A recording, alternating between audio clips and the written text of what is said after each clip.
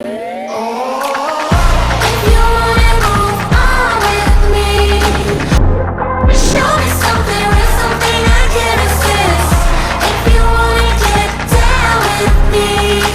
going on, guys? I'm here in Toronto, back in Canada. It's so sick to be back home. I gotta show you guys. Rashaun, I got the crew back. I'm back, man. I'm sure you can notice that in the production quality of the intro, but it's so good to have Rashaun back on board. We were away for a month. Steph is still in Florida, so we don't have the full crew yet, but in a couple weeks, we're all gonna be back in Kelowna making some sick content. As of right now, I'm here with actually the Rise crews, and we're going for a workout. So I'm gonna show you guys some of the behind the scenes of that, and then after that, I'm gonna give you a full update on how my cut has been going since my first episode of the shredding series. I've actually been down 10 pounds, so I'm gonna talk about my whole approach to dieting and how it's changed. So we're gonna go get a quick workout in, and then after that, I'm gonna take you guys through my whole approach and update you on all that.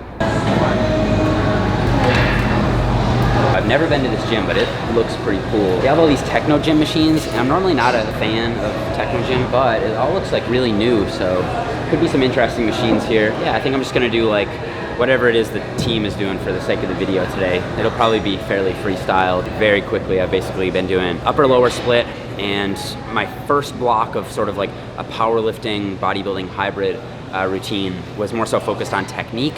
So the volume wasn't really high, and I was doing, you know, quite a bit of like technique work or speed work. And now in this block, I'm doing much more volume accumulation. So the number of sets are increasing, the reps are a little bit higher. I'm excited to update you guys on more of that as we go forward. But as for now, I'm on the road. I don't know if I said it in the intro clip, but we're actually here for the Toronto Pro Show Expo with Rise. When I'm on the road like that, I'm a little bit more liberal with my programming and just kind of go with the flow of what everybody else is doing. I could probably basically count this week, even though it probably won't go for 7 days, as a sort of deload week from the powerlifting programming. And then after this, it's just back to the regular schedule. Yeah, what are you thinking? What are we gonna hit? I like to train chest, as you know. Chest? I did just yesterday. Did that, yeah. We can do. We should do some arms, I think. Yeah, maybe back and bicep. Yeah, that'd be good. Get some good shots. Yeah. Back biceps and some shoulders. Yeah, That'd I feel be good it's more interactive to have like a back workout, just arm.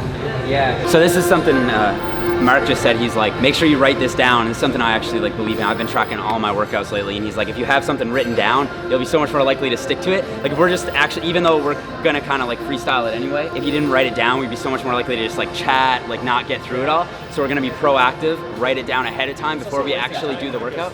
Yeah. Training like the stress that you put on your body like in the shortest period of time. So if you don't focus on getting each exercise like dang, you're just wasting your time, and you're also wasting all the potential that you have to stress your body the right way. Exactly. That's what I feel. Yeah, I totally agree. All right, I actually think what would be cool if we want to do this quick and keep it like efficient, we could do antagonistic supersets. So we'll do one back exercise, so let's say like a pull-up, and we'll superset that with a tricep. And then we'll superset a shoulder with a bicep curl. So we'll do a dumbbell shoulder press or a machine shoulder press, and then do a bicep curl. We'll have a rest for the other body part. Yeah, exactly, yeah. And then, so I'll write it out, and then maybe for the finisher, we could do like some lateral raises and a row, something like that. Yep. Sound good? Yeah. So it'll be like 3 supersets put together. It'll be really time efficient. Perfect. Yep. All right, I'm gonna do up the workout, and then I'll link it in the description if you guys want to try it. Totally off the cuff, like a freestyle. Ready for workout? I got some. I think I'm good, man. Yeah. Enough caffeine today. I've had enough. All right. Wide grip pull up. We're gonna do 3 sets of 10 to 12, let's say. And we're gonna superset that with a tricep press down. That's the coolest thing. Okay. That's so high. Yeah, this is my channel. He literally had the video. I was watching it on my warm-up. I was like, That's some leg science. Cool. What are you doing here? What's going on? We're actually doing a video shoot for Rise, so it's my clothing sponsor. So we're doing some photos and some video, and this place is really cool. Right? Yeah. Well, it was a pleasure meeting you. I look forward to seeing it. Yeah, awesome. All right, so here we go. We've got superset 1, wide grip lat pull down, 3 sets of 10 to 12, supersetted with tricep press down. So that's antagonistic superset 1. Shoulder press option, supersetted with a bicep curl. And then superset 3, we've got a cable row and a dumbbell lateral raise. And the reason I like to do those sort of antagonistic supersets, if you're limited on time, is because your opposing muscle can recover while you're doing the other thing. So while you're doing pull-ups, your triceps are resting, essentially, and then while you're doing triceps, your back and biceps are resting. So they're not kind of interfering with one another and limiting your strength in that way. I actually did a whole video on supersets and some of the science behind them, so I'll link that up here somewhere. But that's the basic rationale behind that. So if you are limited on time and you do want to do supersets, that's the way I recommend doing it. Not necessarily just like bicep, bicep, bicep, bicep, back to back to back, because your strength will just diminish as you kind of go along in your set. So hopefully that made some sense. My voice is absolutely toast. It's been like crazy expo day. But yeah, we're gonna get into that right now. Okay. So with the pull-ups, I'm basically doing the Alberto Nunez trick. So I'm not going for a specific rep number. I'm just going until I've got about 2 reps left in the tank. So I'm not going all the way to failure. When I think I could probably get 1 or 2 more, that's when I'll stop. So for that one, it was just 10.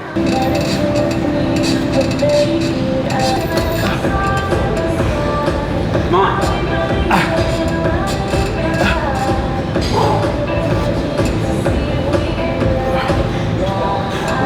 Yeah, let's get it.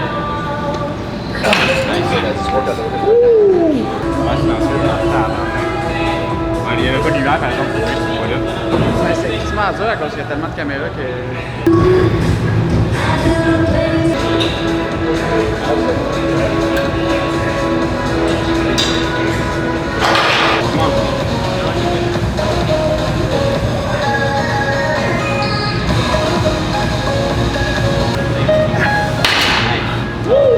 All right, so that's it for those. We did 3 sets in the pull-up, 3 sets of tricep press down. For our next superset, we're gonna be doing shoulder press. So I'm gonna see what Mark wants to do for a shoulder press, and we're gonna superset that with an easy bar bicep curl. Okay, so for shoulders, we're gonna use this pure strength shoulder press machine. I've actually never used this before, but Mark and I were just saying it kind of resembles the techno gym equipment, but that's actually smooth. Yep. Yeah, I like that.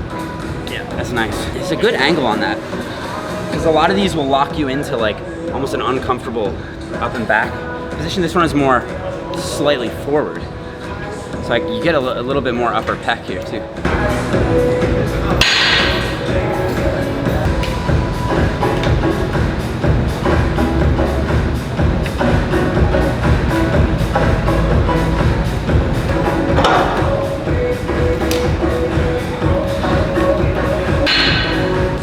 Is it like a superset with something else?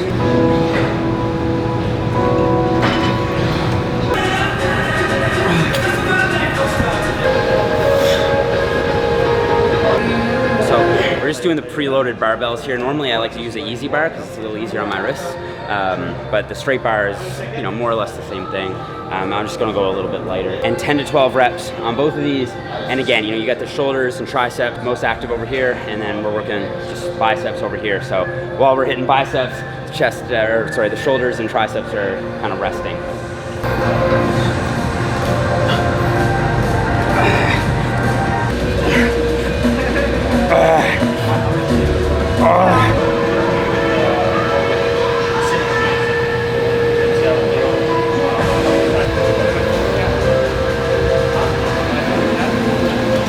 So our final superset is going to be a close grip cable row, and we're going to focus on scapular retraction here. So we're really going to try to hit the mid traps and the lats. And over here, we're going to do a dumbbell lateral raise. Probably go 12 to 15 reps over there, so a little bit higher, 10 to 12 here.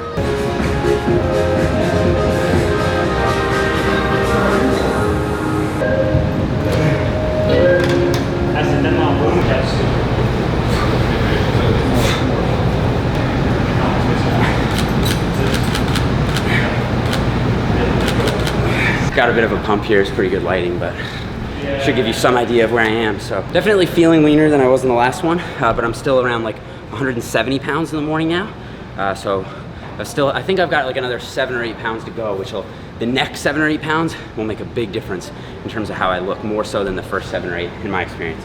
But anyway, I'll just go through a couple poses. So the quarter turn here.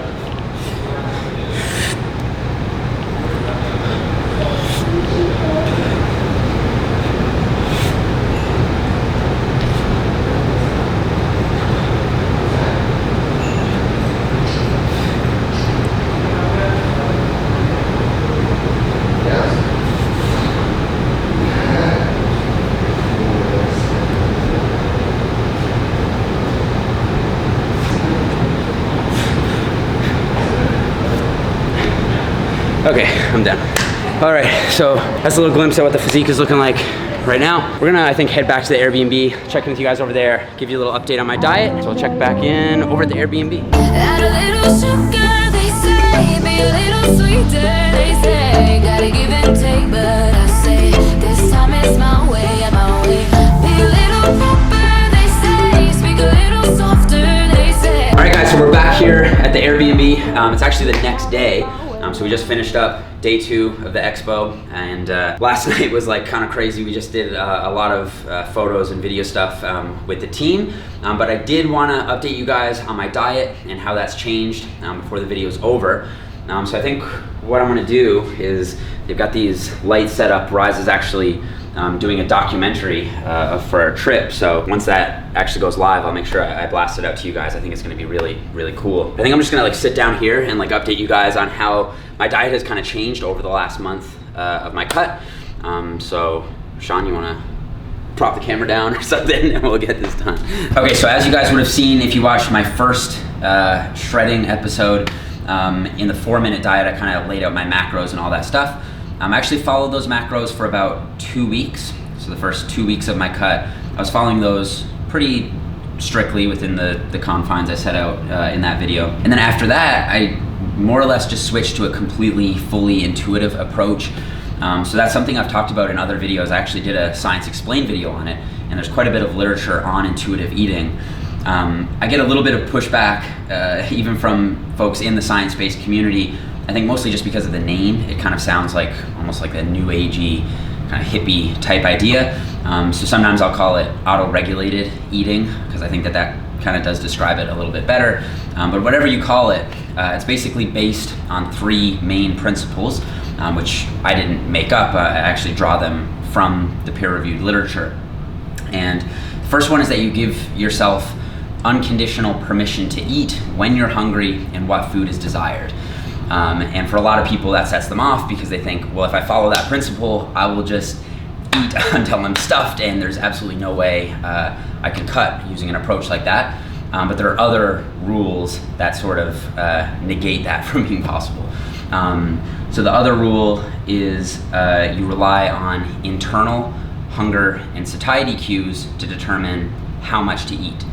So what a lot of people think that means is you eat until you're full, but that isn't necessarily the case. It doesn't mean that you eat to fullness. It just means you gauge your fullness as you're eating, and then once you're to a certain point where you're sufficiently full, then you stop. So depending on your appetite, that may be, say, 50% of fullness, or maybe 80% of fullness, and it's gonna be different for different people. But instead of having a set number of calories that you're gonna eat at each sitting, instead you're using internal signals to determine that. And then the third one is to eat for physical rather than emotional or environmental reasons. And this is a really important one because people who say, oh, if I do intuitive eating or if I don't track, I'm just gonna go completely off the rails. To me, that implies that they're probably eating for environmental or social or perhaps emotional reasons, and that by definition isn't actually an adherent approach to intuitive eating. And then as a bodybuilder, I add 2 more rules to that. So the other one is I try to eat roughly 25 to 35 or 40 grams of protein per meal, and I try to eat 4 to 5 meals per day. So that ensures that my total daily protein targets are hit, and I'm kind of distributing that in a way that I think is probably most optimal based on the muscle protein synthesis data that we have. And then the other thing is that I use a body weight scale as a sort of metric for gauging my progress. So rather than using the macros as sort of like an objective measure, I really rely on the scale. So if, say, on average I'm up a little bit over a few days, then I'll kind of calibrate, and that's where the sort of auto-regulated aspect comes in, and then intentionally sort of reduce my intake for the next couple of days. So this is the approach that I've basically been using. It probably sounds a little bit more complicated than it actually is when you think about all the, the 5 principles and what have you. But ultimately, it just comes down to, I think, having good willpower, having enough willpower to know when to stop. And I think that just over the course of my own dieting history, I've come to know where that point is. I kind of have an idea of where I have to stop in order to lose fat. And you have to remember that, like, you want your brain to work with you in this process. So you want to be eating in a way that's going to allow you to achieve your goal, which is fat loss. So you have to be reminding yourself of that when you have a meal, and you kind of have to weigh out your options. You know, is it worth it for me to have this food because you know it contains a lot of calories, and you know you also have this goal of losing fat, and so you just have to make that educated decision in the moment. And then if you do decide to have it, you have to sort of rely on these internal hunger signals that you sort of developed and really honed in on to allow you to determine when to stop. So that's basically what I've been doing. A few quick benefits of this approach that I've really liked, and especially since I started with the strict tracking method, they really stand out to me now. Because what I found when I was tracking was I was actually more food focused. I was actually thinking more frequently about what my next meal was going to be. I was always planning that out. I was entering it in MyFitnessPal ahead of times in a lot of cases. And that just caused me to almost think about food more than I would if I was following an intuitive approach, where I might, not even pay attention to it, and then when I start to, feel hunger come on, I say, okay, now it's like time to have a meal.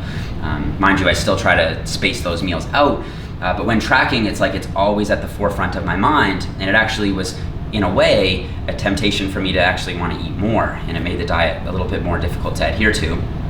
Also, I found that with the intuitive approach, I tend to make better food choices. So with the tracking approach, I was kind of always trying to find something tasty to sort of fit into my macros. Whereas with this, I don't really think about it the same. I tend to just emphasize making better, sort of more nutritious food choices. And so my focus has sort of shifted away from the numbers and toward making just better food choices, ultimately. So I would say that those would be the main two benefits that I've noticed from intuitive eating. And then the other thing is I do find it a little bit more socially flexible. So it's a little bit easier to go to events like this, and you can just eat at a restaurant without having to worry too much about the nutritional information, because you know that ultimately what is going to drive your fat loss is this caloric balance. And if you can regulate that using your appetite, then you don't need to have a set number to hit. And I think that a lot of people do put their macros sort of on a pedestal, and they think that there's something really special about those numbers. Whereas in reality, as long as you're eating sufficient protein and you're in a reasonable caloric deficit, assuming your goal is fat loss, and then what the actual numbers are, I think is of significantly less importance. So I think that that's pretty much everything on that. One thing I would say, just to keep in mind, is that I would consider this somewhat more of an advanced approach.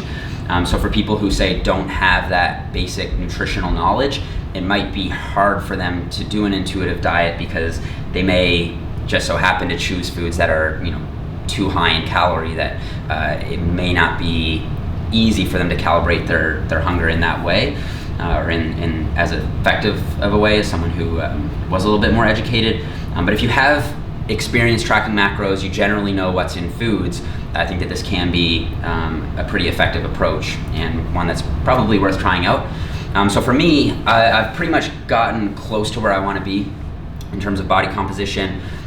Moving forward from here, I'm probably going to continue with the intuitive approach, and if I need to get to that point where I'm digging again, or if things happen to stall, then I'll probably track for a little bit, make sure I'm in the right ballpark with my numbers, and then just kind of use that as a guide for what foods and what meals I'm eating on the more intuitive approach. So hopefully that made some sense. If you would like more detail on that or some of the research behind it, I'll link a video up here of a Science Explained video that I did on intuitive eating. I think it's a good approach, not necessarily for everyone. I think that diet, just like training, is meant to be individualized. But if it's something you're interested in hearing more about, you can check out that video.